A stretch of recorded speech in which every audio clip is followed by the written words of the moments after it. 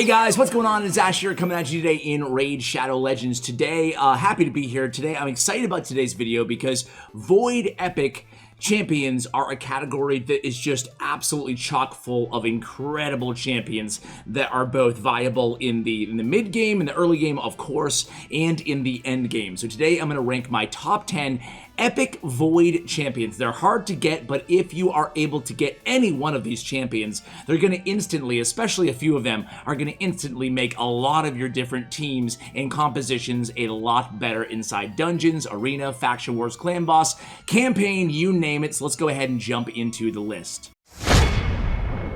So Madame Sarris is probably the best Void champion in terms of all-around best Void Epic, excuse me, in terms of all-around utility in the game. She has just an insane kit, especially, you guys are probably already familiar with her, but let's just go ahead and review it quickly again, guys. She is my personal favorite out of all these champions, but just by a hair, because there's a lot of really good ones too, and I'll let you know my personal favorites as we go through it. So attacks one enemy, has a chance of placing the fear, and it actually increases based on how many debuffs the opponent has on her A1. Placing a fear and having like the extra chance considering debuffs is great, especially because she's landing 2 debuffs on her A3. On her A2, this is a cool ability too, Tricks and Treats. Attacks all enemies, an AoE attack. She doesn't put out a lot of damage. She is a debuffer and a buff stealer.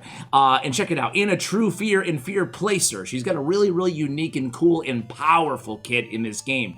A 40% chance, 50% chance when booked of stealing a random buff from every single one of the allies. Now, if she does steal a buff, she places a block debuffs buff on all allies for 2 turns. That's sick in the arena. And then places a true fear debuff on for 1 turn on enemies who have buffs stolen. Dude, just an incredible ability on the tricks or treats, or tricks and treats. And her tricks and treats is actually her auto. When you put her on auto, she's going to default to her A2 over her A3. I personally would rather her start with her A3. Not sure about you guys, but what ends up happening is sometimes she goes with her A2 and there's no, it's too fast, right? There's no debuffs yet, or buffs, excuse me, on the opponents. That's my one piece of criticism for Madame Sarris. So, on her Midnight Ritual, I love this ability. It's having these strong versions on an AoE of decreased attack and decreased defense on all enemies. But what's more than that for 3 turns on a 4-turn cooldown? But what's more than that is it removes all buffs from all enemies. That's a beautiful, beautiful thing, especially in the arena, but really all over the game in various dungeons. You can just remove, like, okay, they got a Valkyrie, they got a Sir Nicholas, they got a bunch of shield, they got a miscreated monster, and any annoying buffs or a Veil, if they got a Duchess, forget about it. Madame Sarris is going to strip that all away and apply, instead of all those buffs, they get a nice fat decreased attack and decreased defense on them instead. Madame Sarris is just an incredible champion. So next up is Seer. Now, Seer is a champion that I have had my eyes on. She is right up there on my next to max list on this, on my account. And it's between her and Knight Errant right now. I think I might want to do a Knight Errant. He's not a Void, but after seeing a video on Murder Inc. YouTube, who I'll actually have on the channel here interviewing him soon, man, unbelievable. He hit for like 600k. It's crazy. Anyway, let me not get too sidetracked here. Seer is incredible, guys. Seer is great. I watch Stu Gaming. He's always talking about how Seer is one of his favorite champions in the entire game, especially for epics. So attacks one enemy, 15% chance of granting an extra turn, 20% when booked. That's actually really solid on the A1, right? A 20% extra turn is so valuable, guys, because not only is it giving her an additional chance to hit on the A1, but it's, you know, reducing the cooldown of her other skills, her A2 and her A3 by 1 turn if that procs on the extra turn, right? So on the A2, it's an AoE, increase crit rate on all allies, and place a weaken debuff on all enemies for 2 turns on a 3-turn cooldown. That's actually really solid too on the Clan Banner ability. And the ability that she's known for is Karma Burn. It's based on max enemy HP on a 4-turn cooldown. The thing is though, it does less damage to bosses. So unlike kind of the Cold Hearts ability in her Heartseeker and Takedown from Royal Guard, etc., this is not you know, a crazy ability against bosses. It's crazy, it still does a lot of damage, but it does insane amount of damage on waves and minions and mobs and stuff like that, and in the arena, it's a great ability as well. Removes all buffs from all allies and enemies, then attacks all enemies. Damage increases according to the number of removed buffs. What a cool ability. Then has a 50% chance of placing a sleep debuff on all enemies for 1 turn, and the chance of placing a sleep debuff increases by 5% for each buff removed. It's kind of a cool ability for the arena too, as an opening ability, especially if the opponent is faster, where they have time to land their buffs on their team, but you haven't buffed up your team yet. Either that or you're a runner in a team with no buffers. You're just a healer, like, you know, and that's it, and just a bunch of damage, right, for speed runs. So you have a lot of flexibility when it comes to Seer, but either way, she has an insane kit. It is, I would say, properly rated now, but she was underrated maybe back in the day, but now the word is out on Seer. She's great. Let's go ahead and resist in all battles, not too bad either by 40. Let's go ahead and move on to champion number 3. So we just did a review on Maneater, guys. Maneater maybe about 5 days ago. You guys can check that video out even if you don't have him. If you want to see how great he can be in terms of dungeon teams, just making them survive. I ran Maneater as my only healer in a bunch of comps. Like, he doesn't even heal, but like as my only support, I should say, in a bunch of my compositions, and he actually made the team faster. He's got a really good kit on his A1, a decreased attack on all enemies if it's critical. So an AOE, decreased attack on his A1, extremely valuable. On his A2, Siphon, it fully depletes the target's turn meter, and then fills his turn meter equal to the amount the target loses. Man, the one thing that I found on a 3-turn cooldown when booked, one thing that I found about my Maneater is, wow, this Siphon is sick, because a lot of the times he's just going back to back, right? He steals it, he depletes their turn meter, steals it, and then gets to go again, oftentimes, because it fills his turn meter again if he's stealing more than he's using. You know what I'm saying? Anyway, if they're faster than him. This champion on the A3, the Ancient Blood is what he's known for in a 5-turn cooldown when booked. This champion receives damage, a small bit of damage, and then places an unkillable buff and a block debuffs buff on all allies for 2 turns. Damage received equal to 5% and max HP, blah, blah, blah. So the damage, again, is negligible, but the unkillable and block debuffs for 2 turns is insane. A really unique ability in this game. Maneater definitely belongs in my top 10. I don't hear enough people talking about Umbral Enchantress. She is amazing. You guys, if you've been watching my channel for a while, you know that I use her a lot. She is she's kind of one of my arena specialists. She's not in my main team, but if I need help, I can call in Umbral, because she's got a really unique kit as well. All these champions do. I'm going to stop saying it every time, right? Attacks one enemy, damage increases as current HP decreases. So if she's really low on HP, which she is a lot because of her A3, nice synergy between her A1 and her A3. Your Umbral's going to be using her A1 a lot, and her HP is going to be at 1 a lot as well, okay? We'll talk about why in a second. So her damage actually can spike a ton because she's going to be attacking with no HP oftentimes. On her A2, attacks all enemies, and then has a 100% chance when booked of placing a block buffs debuff for 3 turns. This is really helpful as well. You can lead off with this ability, or you can lead off with her A3 and use this later on in the match. The problem is with her is on her A3, it places all block cooldown skills on this champion for 5 turns. It's a powerful ability, but oftentimes you're not able to use the A2 because of it, because a lot of people like opening with the Undying Evil. Undying Evil, an AoE attack, has a 100% chance when booked to placing a provoke for 2 turns, places an unkillable buff on her for 2 turns, and then blocks all her cooldown skills. So it's kind of like in the arena, for example, I use her as the first move, Undying Evil, boom. Now we have 2 turns of provoke, and on top of that, we have an unkillable on her. So she's not going to die. She's going to be using her A1 for 5 turns, because she has 5 turns cooldown, and then, you know, she's freed up to do another Undying Evil or an A2, an Immolate. So that is Umbral Enchantress. Great kit. Let's move on to the next champ. So moving over to Knight Revenant, guys, we have Golden Reaper. Golden Reaper is all about the speed. She's a great champion, guys. On the A1, she's another one that I want to build up in 6-star soon. If you have her, she's a great kind of speed addition to any of your teams. You know, in terms of versatility, On this top 10, she's definitely up there, maybe with Sarris, as one of the most versatile champions. You can use her anywhere in the game, especially all these champions. Because of affinity, there's no bad affinity matchup to have to worry about, right?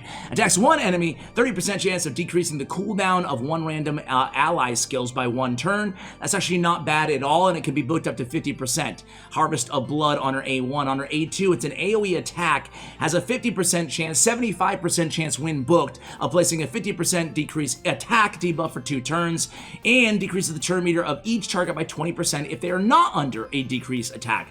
That's another really, really great ability. Has a little crowd control in there, has the decrease attack in there as well.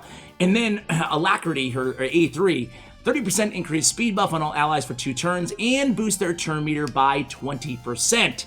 Better than Apothecary's speed ability, and also on a 3-turn cooldown. So Alacrity is a top tier speed boost inside this game. Increases ally accuracy in faction crypts by 40, so whatever on her aura, but overall, Golden Reaper is just an insane champion. So while we're here in Knights Revenant, guys, we might as well mention Skullcrown. Skullcrown is insane, especially in campaign locations, in Spider, and in the arena, where she is especially known for because she has his speed aura, increase ally speed in the arena by 23%. Not just that, though, but she has 2 multi-hitter, or 2 AoEs, excuse me, attacks all enemies, places an extra hit if the target has more than 50% HP, not bad for an A1, and then her big ability here, Corrupting Touch, puts out some serious damage on a 3-turn cooldown, attacks all enemies, has a 50% chance of placing a 25% weaken debuff for 2 turns that can be booked up to 75%. So having that weaken and the AoE on the Corrupting Touch is great. She also has the Unkillable, which she's known for, right? Resilient, places an unkillable buff on this champion for 1 turn every time their HP drops below 20%. To the bane of our annoyance in the arena, right? And then she has kind of one of these companion champion relationships with Sinesha. If they're on the same team, she can get revived. So Skullcrown is certainly a champion that a lot of you guys are familiar with. Hopefully a lot of you guys have. She is great, especially for the arena and spiders and campaign. So next up, guys, we have Lula. Lula is a dark elf, and you can see she is another S tier, in my opinion, epic champion. She has a 3-hitter on her. Well, let's just start with the A1, Ash. Come on, man. Attacks one enemy, deals 50% of the inflicted damage to all enemies if the attack is critical, so an AoE of sorts in the A1, and then her A2 attacks all enemies 3 times each critical hit, heals this champion by 2.5% HP. This can actually be a big heal, especially in spiders, right? Because she's hitting all of those spiders, each single one of those, she's hitting them all 3 times, and each one of those hits multiplies all those heals. It's insane. The hail of arrows. You can also use her in dragons, ice golem, you name the dungeon or campaign. If you put on some stun gear on her, right, she's going to be getting a triple chance of landing that stun against every single enemy mob. Really, really solid. Good crowd control capabilities if you want to build her that way, but mostly she's just known for, you know, just getting a lot of nukage out on a 3-hitter on her A2. On her A3, Lucky Shot.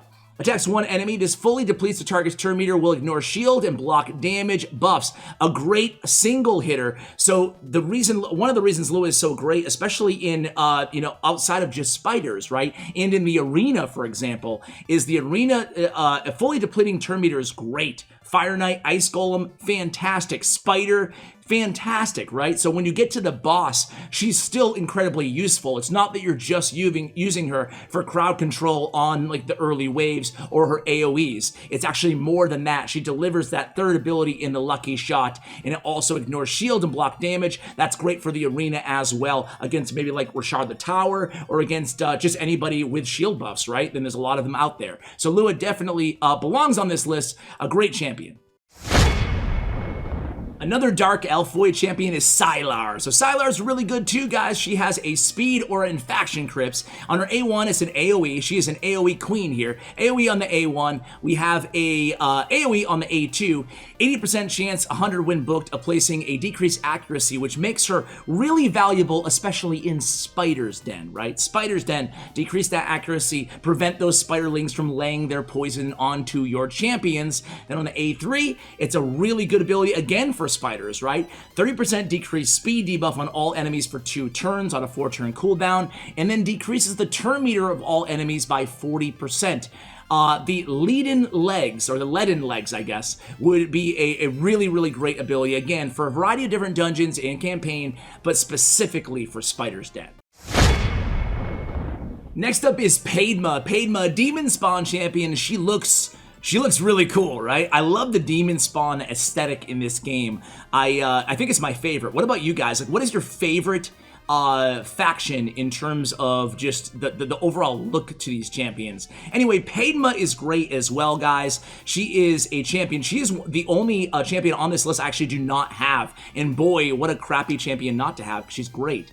Attacks 1 enemy 2 times. If the attack is critical, has an 85% chance, 100 when booked, of placing the decreased attack on all enemies for 2 turns. The same thing as Maneaters for the most part, right, on the A1. So a great ability in the Agonize. In the A2, Flesh Warp, I love the name of her abilities, attacks all enemies, has a 35% chance of 50 when booked of placing the decreased accuracy for 2 turns. Now the damage on her skills off defense and attack, and what you can do is her base defense is actually pretty high, her attack is not. You build her up with a ton of defense and she hits pretty hard, okay? And then on the A3, attacks 1 enemy, removes all buffs from the target, so a buff stripper, and then places them all on her. Appropriate. That's a great ability on a 3-turn cooldown when you book it up. This is a champion that you definitely need to use your books on to get the full capabilities from. So rather expensive to both get, being Void Epic, and also to book up. But when you do, you will be rewarded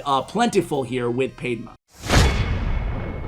Alright guys, so last but not least, I want to include somebody. I'm sure some of you in the comments are like, dude, you could have included so many people other than Basher as the last champion to kind of round off this list, but I wanted to give a nod to a champion who you just don't hear people talk about that much. Kind of an underrated Void Epic, although there are probably 5 or 6 other deserving champions that I had on my list that I had to kind of whittle down, right, for this 10th spot. So, you know, I wanted to go ahead and spotlight Basher. So Basher here is a Skinwalker. On his A1, he has attack 1 enemy, 75% chance of placing a weaken debuff for 2 turns. Pretty solid there, having a 75% clip of placing that weaken. On the A2, and this is his A2 and his A3 are really great abilities in my opinion.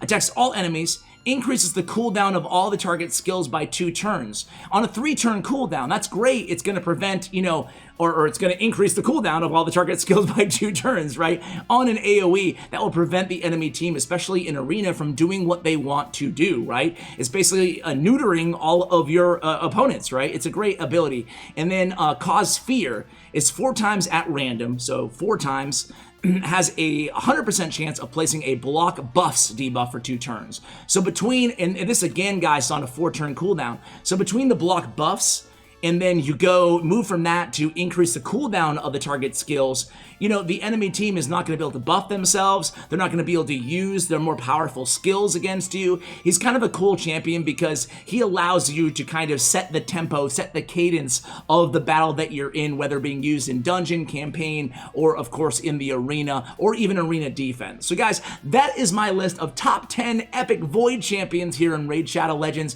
I hope you enjoyed this video. If you did, subscribe. I have more content coming on a daily basis here for Raid Shadow Legends. Thank you for watching, and as always, take care, guys.